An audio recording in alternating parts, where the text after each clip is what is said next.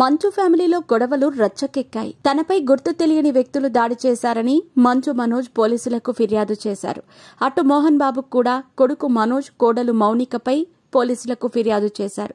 దీంతో పోలీసులు కేసు నమోదు చేసి విచారణ చేపట్టారు. కాగా తాజాగా మోహన్ బాబు ఫామ్ హౌస్ లో జరిగిన ఓ ఘటనకు సంబంధించిన వీడియో సోషల్ మీడియాలో వైరల్ అవుతోంది. ఈ వీడియో ఎలా బయటకు వచ్చిందో తెలియదు కానీ వీడియోలో మోహన్ బాబు కుర్చీ వేసుకుని కూర్చున్నట్టు కనిపిస్తోంది. మోహన్ బాబు ఆదేశం ప్రకారం బౌన్సర్ ఓ వ్యక్తిని కొడుతున్నాడు. అయితే అతను మనోజా కాదా అనేది సరిగ్గా కనిపించలేదు. బౌన్సర్ మోహన్ బాబు ముందే ఇద్దరిపై దాడి చేశాడు. చెంపపై కొడుతూ సెల్ ఫోన్లను లాక్కున్నారు. పెద్దరాయుడిలాగా మోహన్ బాబు కుర్చీలో కూర్చొని ఆదేశాలు ఇస్తున్నట్టు కనిపిస్తోంది.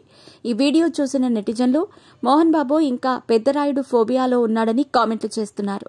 మోహన్ బాబు గారు ఏం చేస్తున్నారో అర్థమవుతుందా అని కామెంట్ చేస్తున్నారు. మరోవైపు జల్పల్లిలోని మోహన్ బాబు ఇంటి వద్ద ఉద్రిక్తత కొనసాగుతోంది. అక్కడ పెద్ద ఎత్తున బౌన్సర్లను మోహరించారు.